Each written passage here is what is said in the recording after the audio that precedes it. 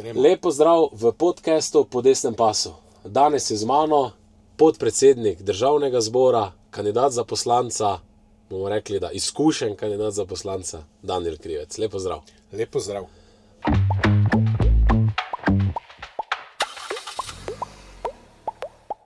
Dani, tvoja 11. kampanja, podpredsednik Državnega zbora, zdaj mogoče imeli smo ogromno novih kandidatov, ne? Mene pa zdaj predvsem zanima, kako je skozi leta tudi v Državnem zboru vse skupaj potekalo, ne? Zdaj marsikdo reče, da je to najslabši sklic parlamenta, da tudi diskurz v parlamentu je daleč pod nivojem. Zdaj, kako ti to gledaš, nas lahko mogoče še malo bolj popelješ, kaj se vse dogaja? Ja, definitivno je skozi ta čas veliko sprememb in tisti, ki smo dlje časa v parlamentu, lahko potrdim, ta sklic je bil definitivno najbolj naporen, najslabši tudi v smislu nekih izmenjav, nekih resnih diskusij. Enostavno od parlamentarizma je ostalo zelo malo.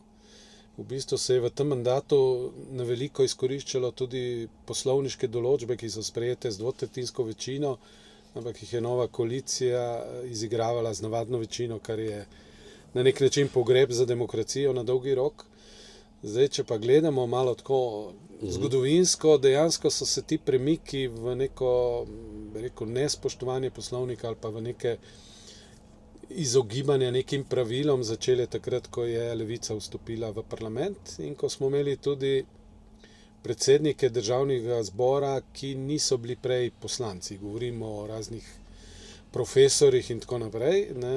In takrat se je veliko poskušalo biti všečen do Levice, ki je pač poskušala na svoj način uveljaviti neke svoje prijeme, in če bi bil nek resen predsednik Državnega zbora, verjetno marsikatera stvar se ne bi izrodila v tej smeri. Govorimo o teh filibastrih v prejšnjih mandatih, zavlačevanjih posameznih sej in tako naprej, tudi pri razpravah v parlamentu o, rekel, amandmajih, kjer je bilo v starem, rekel, sistemu, če govorimo pred Levico, se ni govorilo pri prvem amandmaju o vsem živim, to, kar se zdaj dogaja, ker enostavno ni več te razmejitve, kdaj se govori na splošno o zakonu, kdaj se govori o amandmajih.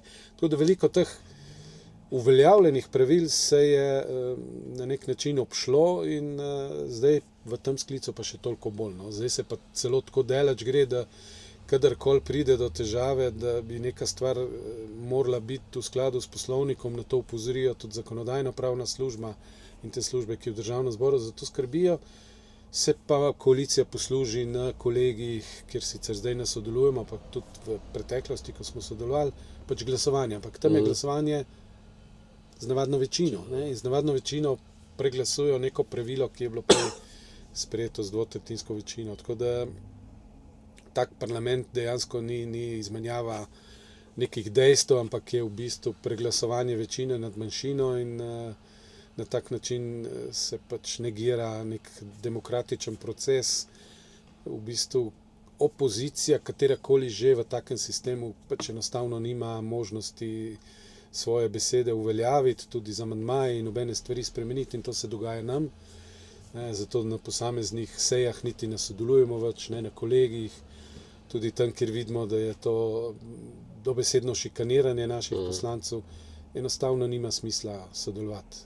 Zdaj, če bi se to res nadaljevalo in da imamo še eno tako vlado, praktično ne bomo več v parlamentarni demokraciji, ampak bomo v nekem absolutizmu, kjer si nekdo uzurpira celotno, rekel, pravico do tega, da odloča. Zdaj kot podpredsednik Državnega zbora, ne, tudi imaš stike verjetno za predsednico, ne. Kak je vajin odnos, ne, recimo, ker ko jaz gledam izven, ne, gospa predsednica je katastrofa, ne. Mogoče za kamerami poteka drugače, ali kako ona deluje, mogoče da vidimo malo nek uvid njen, ki ga na kameri drugače ne vidimo, ne. Ja, zdaj moram reči, da način delovanja pač njen je dejansko nesprejemljiv za vodenje, verjetno tudi kakšne firme ali karkoli, ne, način je, jaz sem glavni šef, jaz odločam vsem, če je bilo prej drugače, če so prepravila, jih bomo zdaj tako, ker jaz tako mislim, ne. Zdaj to je malo šlo predelač, to je vse službe pač na to opozarjajo, veliko ljudi iz državnega zbora, ki so imeli kilometrino enostavno odšlo, ker niso zdržali. Zdaj, do mene je sicer zelo, ko bi rekel, korektna in ne upa z mano, bi rekel, na nek način pometati. Ima pa pač zelo, kako bi rekel zdaj, verjetno je to v njeni naravi, ne, ko misli, da nihče ne gleda, pa nihče ne vidi, je zelo agresivna, kadarkoli pa kdo zraven je pa zelo vljudna in tako naprej. In poskuša narediti nek dober vtis.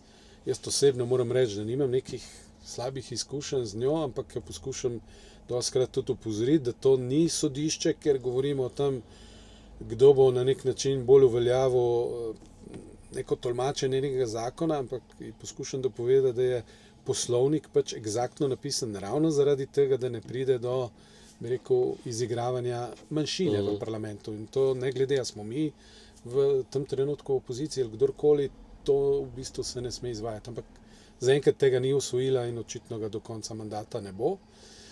Je pa tudi en simptomatičen, ali pa nekdo ne bo verjel, ampak v vsaki firmi, če imaš 3 ali 4 šefe, tako kot ima ona 3 podpredsednike državnega zbora, bi človek pričakoval, da se enkrat na 14 dni na nekem, bi rekel, internem sestanku zelo tako odprto pogovarjaš o tem, kako bomo vodili, bi rekel, seje, kako bomo neke stvari znotraj državnega zbora uredili.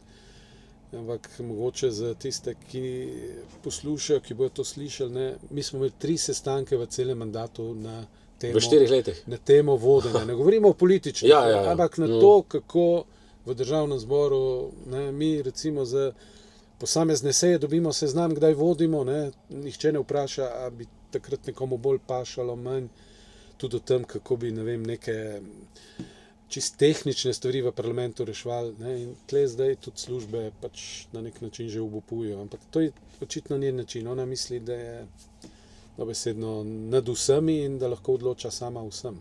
Ni pa to koristno ne za parlament, ne za poslance, konec koncev ne za politično kulturo. Ja, če potegnemo neke smernice, ne, tako je Svoboda prišla v bistvu od nikoder, ne, so dobili, rekli skoraj da neomejeno oblast, ne, se dejansko posod ni pozna, svobode, ne.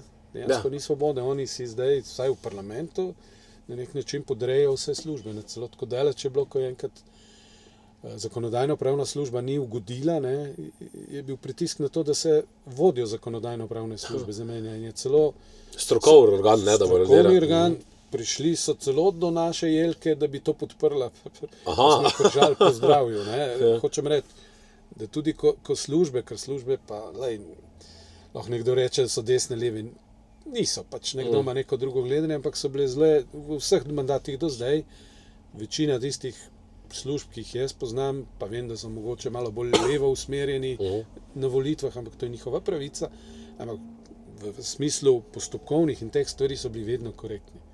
Vedno. Ne? In zdaj v tem primeru celo oni zgubijo, bi rekel, pravico, da kaj normalnega povejo. In počasi je tudi v državnem zboru so te službe obupale, ne? Zato pa imamo precej takih kiksov, katerih seveda javnost niti ne ve, ampak hvala Bogu se mandat končuje.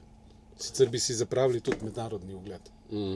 Celoti. Ja, ne, to je tako kot v notranjih zadevah, ne, ko so začeli čistiti janšiste, je čisto zmanjkalo, zdaj so pa že med sabo, ne. Ja. V tem primeru pa ni bilo čiščenje, ampak ljudje enostavno, tisti, ker je imel, ne vem, 2-3 mandate za sabo, ki je vedel, da neka stvar ni v redu, mogoče enkrat popustil, drugič pa mu je bilo pa odveč, ker se je on sam pri sebi kot uradnik sekiral in v kabinetu predsednika, ki so bili pač eni ljudje, ki so bili še iz časa naše vlade 2004-2008, so vsi odšli. Ne? Pa niso bili naši, so bili pač nevtralni uradniki, ampak enostavno so bile zadeve prehude in ta pritisk, da mora biti tako, čeprav so oni dokazovali, da kršimo neke stvari in tisti ljudje, ki imajo neko vest, pač tega ne morejo delati v nedogled. Ja, se umaknejo. Se umaknejo, tako. In izgubiš dober kader. Ja. Zdaj, bila smo že po celi tvojem volilnem okraju, ne, od Kobarida, Bovca, Tolmina, ne. Ja, naš volilni okraj je zelo obširen, ne, tudi ko hodim jaz v kampanji z svojim kombijem, je treba vedeti, da z enega konca na drugega je to cirka 100 kilometrov, ne.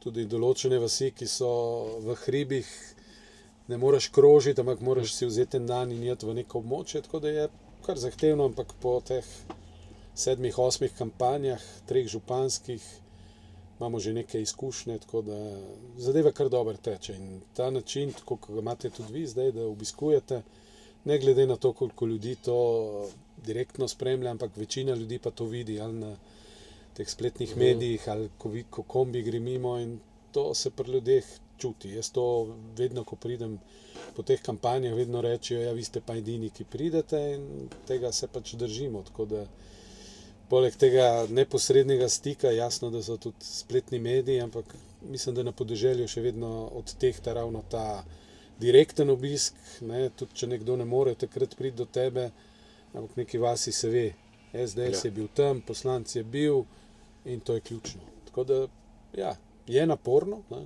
Zadnji mesec je smo kar na terenu, tako kot ste vi zdaj, ne, ampak je pa neko zadovoljstvo, ko je konec, in to dokazujejo konec koncev tudi do zdajšnji mandati.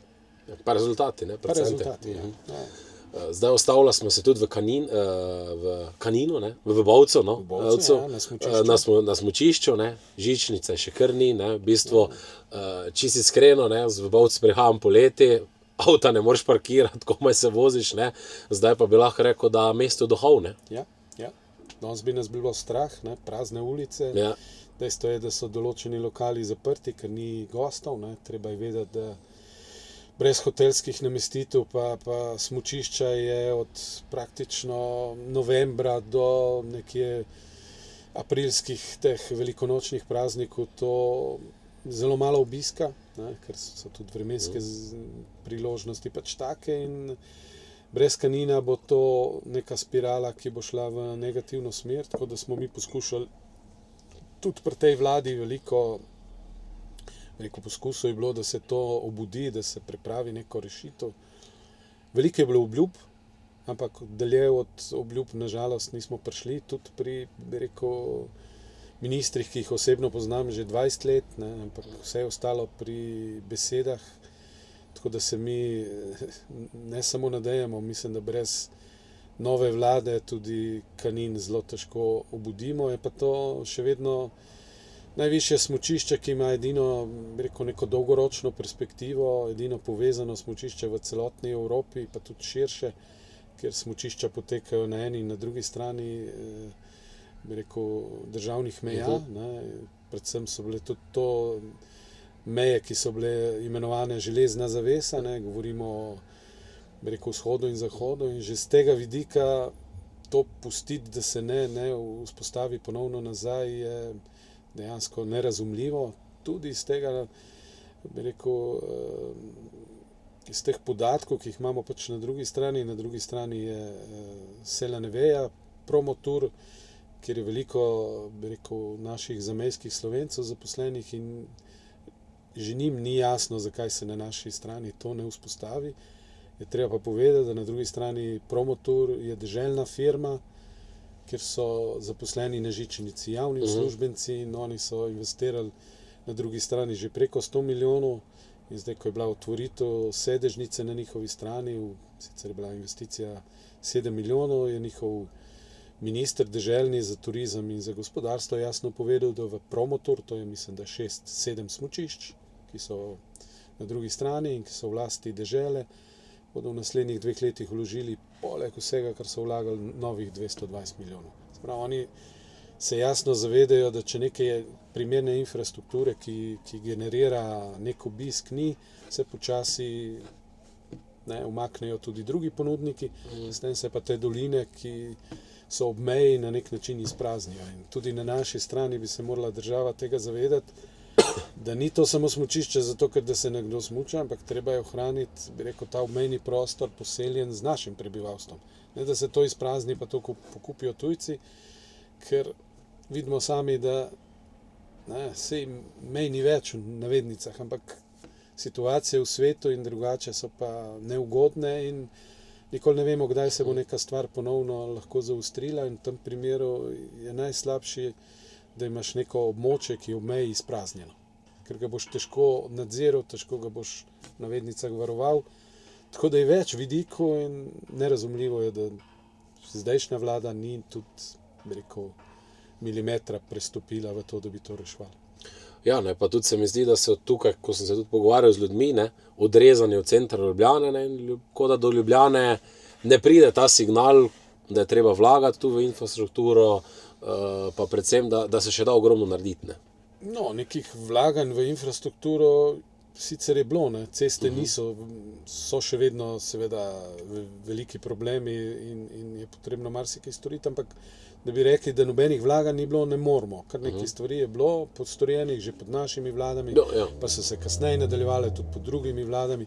Ne nazadnje v času našega oziroma bivšega ministra, našega gospoda Počivalška, ki je bil v Cerarjevi vladi, smo takrat rekonstrukcijo Kanina naredili. Ne? Je bilo neko razumevanje. Tudi velike infrastrukture je bilo zgrajene, ampak treba je na cestnem področju še veliko postoriti.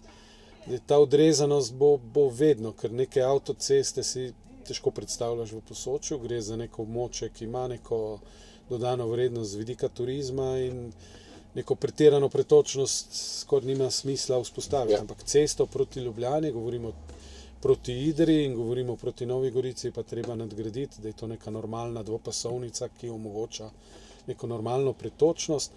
In še ena zadeva, ki jo jaz tudi skozi opozarjam, tudi državni lokacijski načrt je bil v prejšnji naši vladi sprejet in ga bo potrebno aktivirati, je to, da bi se pod Vršičem enkrat vzpostavil neka tunelska rešitev, zato da je ta, bi rekel, prelaz prevozen vedno, tudi v zimskem času, kajti sam si videl od Bovca in od Trente, tam, kjer imamo pač vse poselitve, je bistveno bližje na Jesenice v bolnišnico, kot pa v Novo Gorico. In treba gledati na to, da je treba to komunikacijo na nek način vzpostaviti in vzpostaviti tudi prevoznost, ki je poleti in pozimi, bi rekel, brez nekih posebnih ovir.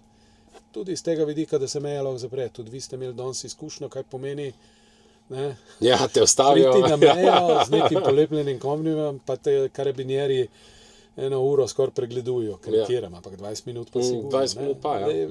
Marsikdo tega ne občuti več, ne, ampak to se lahko zaustri zelo hitro, ne, pride nek dogodek in se meje ponovno vzpostavijo, oziroma vse kontrola na meji zdaj. Meja je sicer relativno, ampak ovire se hitro lahko vzpostavijo. Ne. Tudi vse te zgodbe z raznimi carinskimi ukrepi, sicer zdaj govorimo Amerika pa Evropa, nikoli ne veš, kdaj se neka druga zgodba vzpostavi. Tako da zanemarjati obmejni prostor je nespametno za vsako državo. Kaj pa mogoče to še vprašanje predvsem turizma, zdaj med poletjem je ogromno pritiska tukaj, nekako to lokalno prebivalstvo občuti, gre to skozi, recimo tudi zaradi cene, ne? Ker po mojem so cene kar višje za... No, zaradi, bi rekel, vseh teh promocij in vlaganj v turizem se je to dejansko začelo pojavljati, se pravi, marsikdo v domačinu nima tiste storitve, ki jo ima takrat, ko tega pritiska ni, tako da z vidika storitev, predvsem na zdravstvo, bo potrebno neko stvar nadgraditi, vsaj v tem poletnem času, ko imamo mi v Posočju namesto, 20 tisoč, imamo 70-80 tisoč v enem dnevu, bi rekel, gostov, ki rabijo neke storitve. Iz tega vidika bo treba to razmišljati. Po drugi strani pa tudi nekateri, bi rekel, ki so prej govorili, turizem je treba razviti, so zdaj že malo skeptičen in razvoj turizma bo moral iti v tej smeri neke višje dodane vrednosti, večje kvalitete. To se že dogaja in je neko zavedanje, da je potrebno storitve izboljšati, dobiti bolj kvalitetne goste, mogoče manjše število, ampak te storitve, ki jih narava ponuja in tudi vse druge, bi rekel, pritikline in storitve, je treba dvigati na nek višji nivo, s tem se bo avtomatsko pač omejilo tudi ta pritok. Treba je vedeti, da v Posočju v poletnih časih, če govorimo o vseh 3 občinah, je več kot 1 milijon nočitev. To je ogromno. Ja. In to se je povečalo v zadnjih 10-15 letih, tudi s velikim vlaganjem v promocijo, v nove storitve in tako naprej. Ampak ta rast se mora nekje verjetno zaustaviti. Treba je zdaj delati več na storitveni dejavnosti in prepričati ljudi, da vlagajo tudi v neke druge stvari, ne samo v namestitve. Ja, zdaj mogoče še dotaknemo teme, ker smo tudi danes govorili s parimi kmeti, ne? To je izredno težki pogoji dela, ne? Nadmorska višina, se pravi skale, ne? tudi za obdelovanje. Kakšna je tu situacija? Ne? Kmetje so tudi sami rekli, da je kar napeto tudi po to vlado, ne? Posluha ni. No, videlo se je že pri tem razpisu za visokogorske kmetije, ker je bilo veliko negodovanja, ker je veliko kmetij izpadlo in ni bilo nekega, bi rekel, posluha. Zdaj to lahko povežemo tudi s tistim prej, se pravi s turizmom, ne? Brez vzdrževane krajine, tudi turizem ni več tisto, kar je. Ne? Treba je vedeti, da vsaj v Triglavskem narodnem parku, ne, je bilo zaradi po moje napačnih odločitev v preteklosti veliko teh visokogorskih pašnikov zapuščenih, tam se je tam pojavilo seveda zaraščanje in to ni več enaka kulturna krajina, ni več, bi rekel, te paše ovac, koza in tako naprej. In to tudi z vidika ponudbe za turista ni več enako. Trenta je bila, ali pa ta naš del je bil pač, bi rekel, nek pojem za ovčarstvo in tako naprej. In tudi z tega vidika je to nespametno, ne? So bile pa omejitve takrat v parkovnem delu, ki je večji del, recimo Bovške občine, pa tudi Tolminske in Kobariške, so bile te restrikcije zelo rigorozne in se določene, mi pravimo muletjere, to so vojaške ceste iz prve svetovne vojne, ni bilo dovoljeno jih obnavljati, usposobiti mogoče za to, da se s traktorji nekam pride, ampak je bila to neka prepoved. Zdaj se to vseeno drugače tretira, ampak je prepozno. Ne? Ja. Pa dobi država opomin zato, ker so ti prosti pašniki visokogorski izginili, ne? In dobimo za to opozorilo. Ne? In pa sem jaz zadnjič ministra tudi opozoril, za neko leto vprašajte se, kaj ste delali zadnjih 20-30 let, ko niste dovoljevali neke normalne uporabe tega, ne? Ker moramo biti pa realni, prvič ni toliko ljudi, da bi to vse ročno delali, kot je bilo v preteklosti, in vsaj neke stvari bi morali iti naproti. Ampak v preteklosti je bila zadeva precej zaklenjena in s tem so naredili si veliko škode, ki jo bo zdaj težko popraviti, bi pa morali iti v tej smeri, seveda neke subvencije, tako kot imajo Švicari ali pa Avstrijci, ne, kjer ti pač nekomu pomagaš za to, da pokosi neko zadevo, tudi če ekonomsko ni upravičena. Ne. Če bomo pa na kmetijstvo, tako, če bomo pa gledali kmetijstvo samo skozi kmetijstvo, pa se v Posočju nič ne splača. Ja. Ne. Ampak če gledamo pa vse vidike, vidik poseljenosti, vidik, obmejnosti, ki ga moramo čuvati, vidik, prijaznosti turistične in tako naprej, je pa to, pozitivnih stvari, da se splača neke stvari tudi na drug način, kot je direktna subvencija, zato da ti pridelaš nek pridelek, ampak zato, da ti ohranjaš kulturno krajino, ne, tako kot na drugih področjih. Tako da tle, po mojem, nas čaka še veliko dela. Kaj pa mogoče, ker so tudi obmejne občine, ne, je pritisk zaradi tako obremenjene naše bruto plače, ne, delavci odhajajo v Italijo, v Avstrijo, ali so bolj doma. Zdaj, tam, ko jaz prihajam, ogromno ljudi hodi v delo v Avstrijo, ne, zdaj tu, kakšna je tu situacija, ne? No, na tem koncu je bilo veliko delavcev v Italiji v času do vstopa, bi rekel, oziroma prevzema evra strani Italije. Ker takrat je njim kupna moč zelo padla, tam so tudi plače, niso bile več, bi rekel, taka razlika in moram reči, da se je veliko teh ljudi vrnilo nazaj, ker so bile tudi plače pri nas, pa pogoji, bi rekel, dosti ugodni. Tako da zdaj, če govorijo Italijo, so razmerno malo. Tisti, ki so, ne vem, če je bilo včasih teh, ne vem, lahko tudi 250 iz tega območja, ne vem, če jih je 50 zdaj v trenutku. Se pravi, da bi se povečalo, se ni, kvečo se je zelo zmanjšalo. Seveda so bili pa to delavci, ki so bili starejši, zdaj mlajši pa niti ne razmišljajo, ker v Italiji, za razliko od Avstrije, ni take velike razlike v plačah. Ne. In se marsikdo pol tehta, ali je to smiselno ali ne, ker neke razlike ni več. Včasih je pa bila. Tako da ta pritisk ni, ne, je pa ta obmejnost in turizem povzročil to, kar so prej, sicer ti si omenil, jaz sem pozabil odgovoriti, pritisk na ceno nepremičnin se je pa povečal. Nepremičnine, vsaj naš del, Bovški, so zelo zrasle. Ne. To je mogoče ta negativni del razvoja turizma pa te obmejnosti.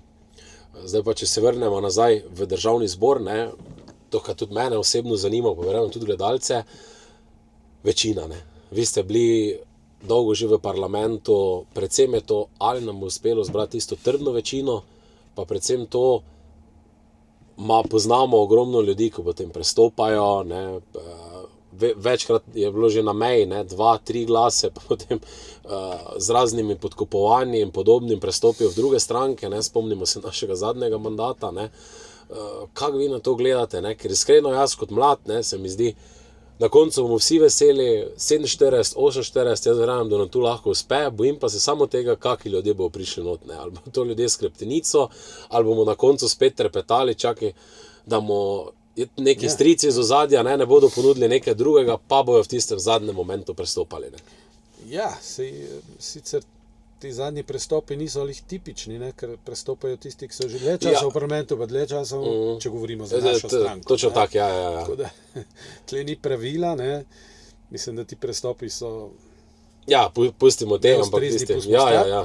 Ampak nasplošno tudi ti prestopi ne koristijo, zdaj ta večina je pa tako, Zdaj, če gledamo naš prejšnji mandat, dvoletni, ko smo v času covida, smo bili milih na meji, v nekem obdobju, sploh v zadnjem delu smo bili na 46 glasov plus minus nič, Se pravi, če oba manjšinca nista prišla v parlament, mislim, na sejo, mi nismo mogli nobene stvari izglasovati.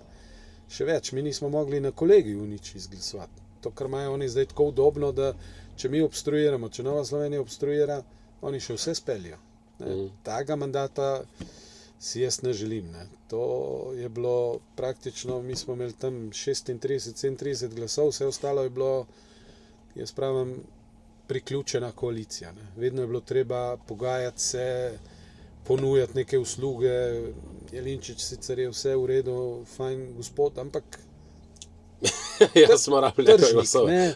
Pol pri DSU so tudi, oni bi bili najraj levi, ampak niso bili, so bili pri nas in za vsako stvar se je bilo treba z njimi zelo trdo pogajati, tako da prejšnji mandat, ko sem bil jaz vodja poslanske, je bilo to zelo naporno in tak mandat mislim, da si ga ne smemo privoščiti. Večina mora biti vsaj taka, da to normalno funkcionira, da moraš nekoga prepričevati vsaj v nekih ključnih vrednotah, ki jih mi zagovarjamo, da se tam pogovarjaš, a bomo otrokom dali to govorim za primere Desusa, ki ni hotel tega podpreti. Naš predlog je bil, da damo otrokom, ki prijo v osnovni šoli v prvi razred, himno pa zastavo. Kraljica pa zastavo. Nek simboličen gesto, pridete v sistem, prvič ste v nekem sistemu šolskem in tako naprej, naša država ima himno, ima zastavo. Oni so rekli, da je to ideološka tema. In pa sem jaz sprašal, ste prebrali ustavo, pa se ni dalo prepričati. Mi tega nismo mogli realizirati. Hočem reči, take banalne stvari, pa je težko, da moraš ti z nekom, ki je s tabo v koaliciji, se z njim prepirati, a ustava velja ali ustava ne velja. Tega si ne moramo privoščiti. In mislim, da je predsednik tudi jasno povedal, da če ne bo neke resne večine, je brez veze. Pa naj dobesedno se suje sistem. To se strinjam in jaz pa verjamem, glede na to, kako se pa stvari spreminjajo, tudi iz teh neposrednih stikov, jaz verjamem, da bo pa večina zdaj, na pravi strani. Ta ustavna večina, o kateri govorimo, in da se bo dalo marsikatero stvar resno odpeljati. Ker brez večine v parlamentu pa ne moreš nič. Oni so imeli zdaj idealne možnosti, da neke dobre stvari speljejo, da jih tudi mi podpremo, vsaj na gospodarskem področju, pa niso tega udejanili. Niti v enem delu. Da še malo provokativno vprašanje, za na konec. Zdaj smo imeli po Urški Klakočar Zupančič, praktično rasul v državnem zboru. Ste vi kot podpredsednik državnega zbora tisti, ko boste nazaj spostavili red v državnem zboru in da, ker jaz mislim, da ste eden naših najbolj izkušenih poslancev in tudi, ko se mi dva pogovarjamo, da je ta širina, ki je pri vas vidna, mislim, da tako širino tudi rabimo v državnem zboru. Mislim, to je odvisno od več dejavnikov, jaz s tem nimam težav, tudi zdaj, ko se pogovarjamo s službami, vsi ugotavljamo, da ta način, ki ga zdaj peljejo, pač vodi v dobesedno degradacijo parlamenta, to pač Levica poskuša že dolgo, tudi s tem, bi rekel, medijskim spinom, vsi so enaki brez veze, se to ni nič, in s tem poskušajo degradirati poslance na celi črti, zato da lahko oni pol dobesedno klošarje v državni zbor pripeljajo. In tega si ne smemo privoščiti.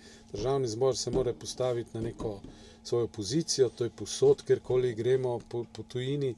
Jaz imam večje spoštovanje na italijansko stranko pridem, ker pri njih poslanci je spoštovan, pri nas. Ampak to je pustimo, to je naš.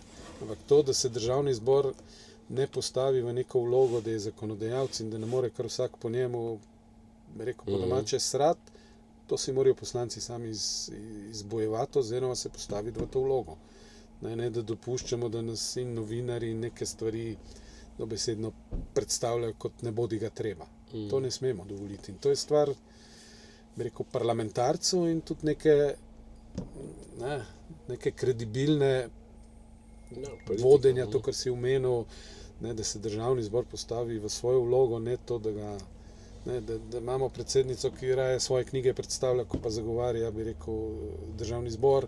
Državni zbor je tudi v tehničnem smislu v zelo slabem stanju. Res je. Poznaš, stvari, če bi ljudje vedeli za nekatere pisarne, kjer poslanci delajo, ne bi verjeli, da je to tako stanje. Ne?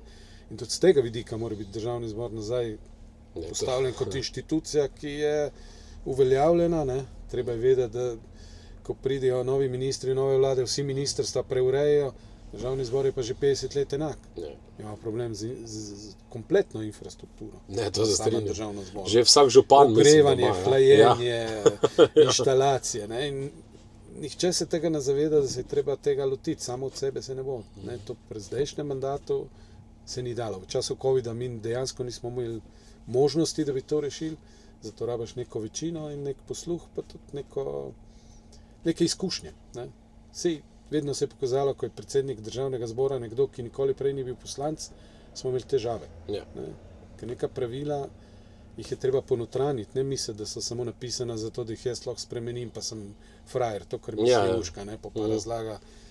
Ne, državni zbor, to sem jaz, če je pravilniku napisano do zdaj je bilo tako, zdaj bom pa jaz to kazala, bo pa tako. To ni način in normalnost, ne, ker parlamenti po svetu so ravno zato, da je to neka stabilnost in sidro demokracije. Ne. Če tu zaključiva, lahko rečemo, da državnemu zboru moramo vrniti tako razum, kot pa tudi infrastrukturo ga okrepiti. Ne. Vse mu manjka v tem trenutku in jaz upam, da bo naslednji sklic parlamenta res na nek način konsistenten in bo razumel neke stvari. Seveda je pa treba te stvari tudi na prav način predstaviti, argumentirati in tega moram reči, da ni bilo do zdaj. Nažalost. Dani, hvala lepa. Verjamem, da bomo naredili tu zmagovit rezultat in gremo na zmago.